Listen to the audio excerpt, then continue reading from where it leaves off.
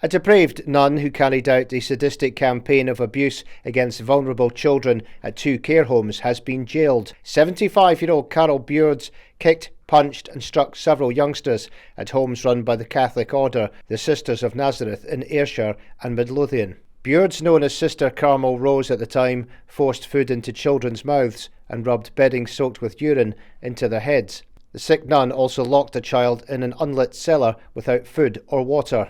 She also assaulted children with a belt, a stick, a wooden ruler and a slipper, and repeatedly forced one child to eat soap and laughed when the child was trying to vomit. One victim was said to have been left mute for 5 years, and a second was hospitalised for 12 months due to the trauma and abuse inflicted on them by Beards. The offences all took place at 2 Nazareth House facilities in Lasswade in Midlothian and Kilmarnock in Ayrshire, and an unknown location in Dunbar in East Lothian between September 1975 and May 1981. Beards of Wallsend and Tyne and Wear was found guilty of offences of assault and using cruel and unnatural treatment by a jury following a 5-week trial at Edinburgh Sheriff Court in November last year. She appeared for sentencing today, where Sheriff Ian Nicholl said there was no appropriate sentence other than a custodial one, and jailed Beards for 15 months.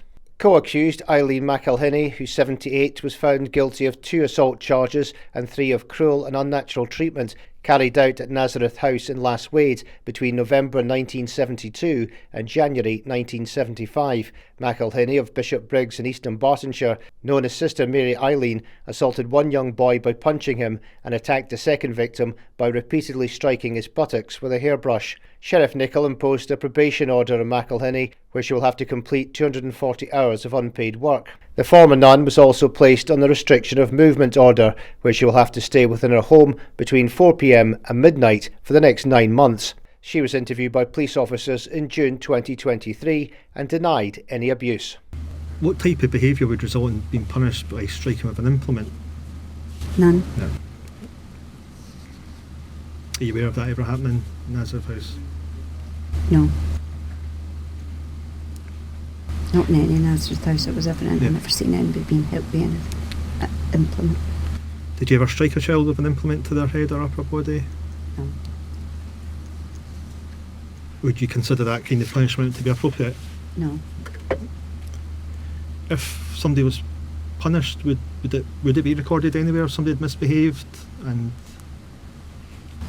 well, if I had in my case notes, I'm sure I would have put in if there was anything wrong, something had happened to children, right? Or they'd done something. Was there such a thing called a punishment book? Have you heard of a punishment book? No, I haven't heard of a punishment book. It's a new one on me.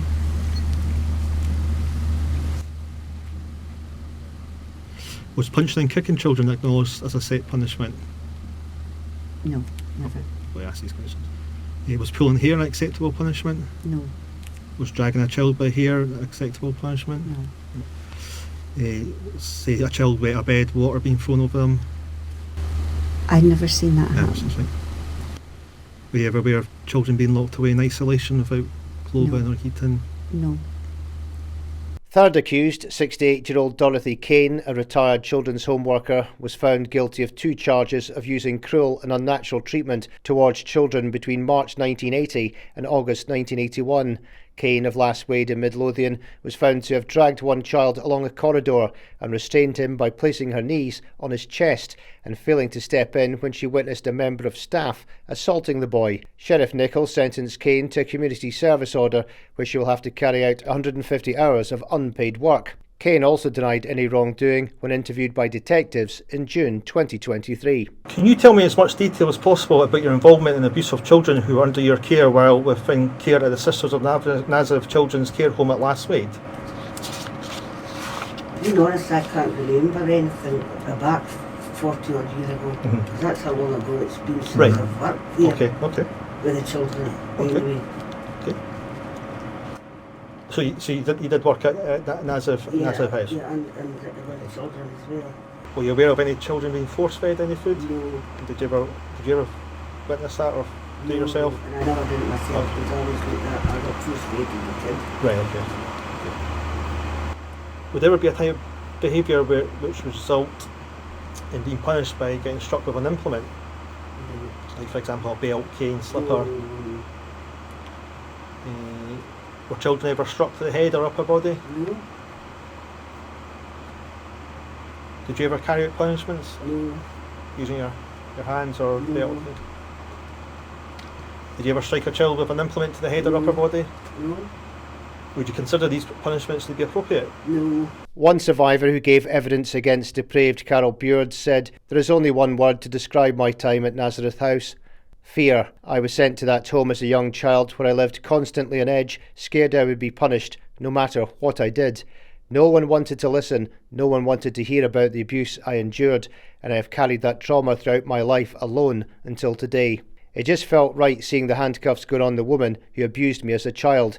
Today I have been heard. Today and forevermore I am believed." Digby Brown Solicitors is supporting multiple survivors of abuse at Nazareth House.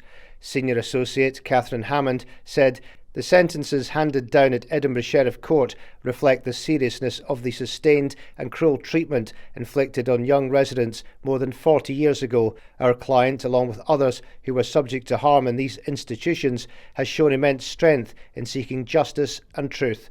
We hope today's outcome offers some measure of validation and contributes to their wider journey of recovery."